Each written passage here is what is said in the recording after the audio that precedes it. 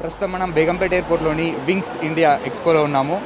ఇక్కడ drones special అట్రాక్ట్స్గా నిలుస్తున్నాయి. దీని గురించి వివరించడానికి మనతో పాటు తెలంగాణ స్టేట్ ఏవియేషన్ అకాడమీ వాళ్ళు ఉన్నారు. ఒకసారి వాళ్ళని అడిగి తెలుసుకుందాం. ఇవి ఎలా పనిచేస్తాయి, ఇది ఎందుకోసం ఉపయోగిస్తున్నారు, వీటిని ఎక్కడ తయారు చేస్తారు సార్ చెప్పండి. వీటిని సార్ ఇట్స్ డ్రోన్ ఎయిర్క్రాఫ్ట్ అండి.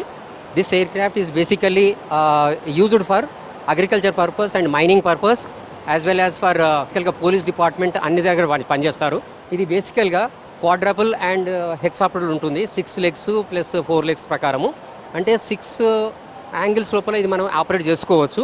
బేసికల్గా ఇది ఏమవుతుందంటే ప్రొపెల్లర్ ఉంటుంది. Propellers will take the vertical up and vertical డౌన్లో ఉంటుంది. ఈ యొక్క ఎక్విప్మెంట్ చాలా యూస్ఫుల్గా ఉంటుంది. ఈ ఎక్విప్మెంట్ వల్ల మనం ఏం చేసుకోవచ్చు అంటే ఎక్కడంటే అక్కడ మనం తీసుకుపోవచ్చు, ఎక్కడంటే అక్కడ మనం యూజ్ చేసుకోవచ్చు. దీనికి రన్వే అవసరం లేదు. వర్టికల్ టేక్ ఆఫ్ అవుతుంది, వర్టికల్ ల్యాండింగ్ ఉంటుంది. తర్వాత దీన్ని తీసుకొని మనము ఏంటంటే స్ప్రేయింగ్కి ఎక్కువ యూజ్ అవుతుంది. ఇవాళ రేపల అగ్రికల్చర్ పర్పస్ గురించి ఎక్కువ యూజ్ అవుతుంది. రెండవది అగ్రికల్చర్ పర్పసే కాకుండా ఇది పోలీస్ డిపార్ట్మెంట్ వాడుతుంది, తర్వాత ఫారెస్ట్ డిపార్ట్మెంట్ వాడుతుంది, మైనింగ్ డిపార్ట్మెంట్ వాడుతుంది, తర్వాత మెడికల్ డిపార్ట్మెంట్ వాడుతుంది. సో ఈ విధంగా దీని యొక్క ఆపరేషన్స్ చాలా రిక్వైర్మెంట్ పెరుగుతుంది డే బై డే. సో ఇవి బేసికల్గా మనకు మ్యానుఫ్యాక్చరింగ్ యూనిట్స్ ఉంటాయి. కానీ after manufacturing we have to take UIN అని చెప్పి ఒకటి ఉంటుందండి, యూనిక్ ఐడెంటిఫికేషన్ నెంబర్ అని.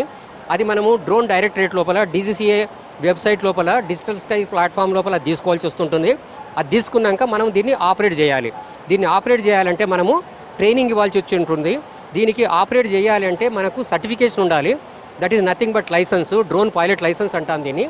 ఈ డ్రోన్ పైలట్ లైసెన్స్ మేము కండక్ట్ చేస్తున్నాము. Telangana state aviation academy is the approved academy from the DGCA.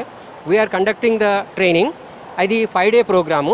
First 3 days మా దగ్గర ఉంటుంది ట్రైనింగ్, TSAA ఆఫీస్లోనే, ఆ ఇన్స్టిట్యూట్లోనే. సరే, ట్రైనింగ్ అంటే ఎవరికి అవైలబుల్, అంటే ఎవరైనా తీసుకోవచ్చా, లేదంటే స్పెషల్ దానికి ఏమన్నా రికగ్నైజ్? దీనికి టెక్నిక్ అంటే దీనికి బేసిక్గా qualifications is only 10th class as on today. 10th pass అయి ఉండాలి. తర్వాత ఏజ్ లిమిట్ మాత్రము బిట్వీన్ 18 and 65 ఉండాలి. This is the only 2 criteria to enter in to drone flying license. ఇంకేమైనా ఛార్జ్ చేస్తున్నారు సార్, లేదంటే ఫ్రీ ఆఫ్ కోచింగ్? లేదండి, ఇది ఇప్పుడైతే మేము ఛార్జ్ చేస్తున్నాము. ఇది 5 day programme. 48,000 rupees plus GST is that fee. So students has to pay the fee. బేసికల్గా జర్మనీ ఏమన్నా మన దగ్గర నుంచి ఏమన్నా ఇక్కడ తయారు చేసే అవకాశాలు ఏమన్నాయా? మ్యానుఫ్యాక్చరింగ్ అంతా ఇక్కడ మ్యానుఫ్యాక్చరింగ్ చాలా చేస్తున్నారండి, 3-4 చేస్తున్నారు. బట్ వాళ్లకు DGCA అప్రూవల్ గురించి దే ఆర్ వెయిటింగ్. అఫీషియల్గా వాళ్ళు రావాలి, సర్టిఫికేషన్ ఇవ్వాలి. So you have to manufacture. ఈ కండిషన్స్ లోపల ఈ యొక్క కేటగిరీ ఆఫ్ డ్రోన్స్ మీరు తయారు చేయాలని చెప్పి వాళ్ళు కేటగరైజేషన్ చేయాలి. సో అందుకని చెప్పి వాళ్ళు వచ్చి ఇన్స్పెక్ట్ చేసి వాళ్ళు కేటగరైజేషన్స్ గురించి అప్రూవల్ ఇస్తారు. అప్రూవల్ ఇచ్చినాక they are eligible to manufacture అఫీషియల్గా. Even for this also approval is must అన్నట్లు. అప్రూవల్ చేసినాకనే వాళ్ళు మ్యానుఫ్యాక్చరింగ్ చేసుకోగలుగుతారు. ఇప్పుడు వీటికి DGCA నుంచి టోటల్గా పర్మిషన్ ఉందండి, లేదంటే? పర్మిషన్ ఉందండి. వితౌట్ పర్మిషన్ మనం వాడకూడదు. DGCA 100% పర్మిషన్ ఉండాలి. ఓన్లీ నానో కేటగిరీస్కి మాత్రము పర్మిషన్ అవసరం లేదు. అది కూడా with in the green area మాత్రము వాళ్ళు ఆపరేట్ చేసుకోవాలి. ఆపరేట్ చేసే వాళ్ళకి కూడా లైసెన్స్ ఉండాలండి. ఇప్పుడు ఏ డ్రోన్ అయినా సరే ఆపరేట్ చేయాలంటే వాళ్ళకి లైసెన్స్ ఉండాలి. లైసెన్స్ ఉండాలంటే అప్రూవ్డ్ DGCA అప్రూవ్డ్ ఇన్స్టిట్యూట్ లోపల వాళ్ళు ట్రైనింగ్ తీసుకోవాలి.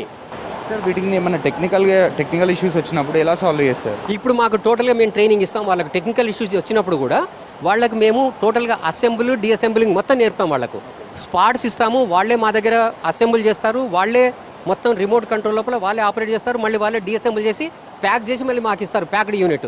మేము ప్యాక్డ్ యూనిట్ ఇస్తే మళ్ళీ వాళ్ళు అసెంబుల్ చేసి ఆపరేట్ చేసి మళ్ళీ డిఅసెంబుల్ చేసి మళ్ళీ ప్యాక్డ్ ఐటమ్ మాకు ఇస్తారు. అంటే ఏదైనా ఐటమ్ ప్రాబ్లం వచ్చినా కూడా మనకు ఆ స్పేర్ పార్ట్స్ ఇక్కడ దొరుకుతాయి.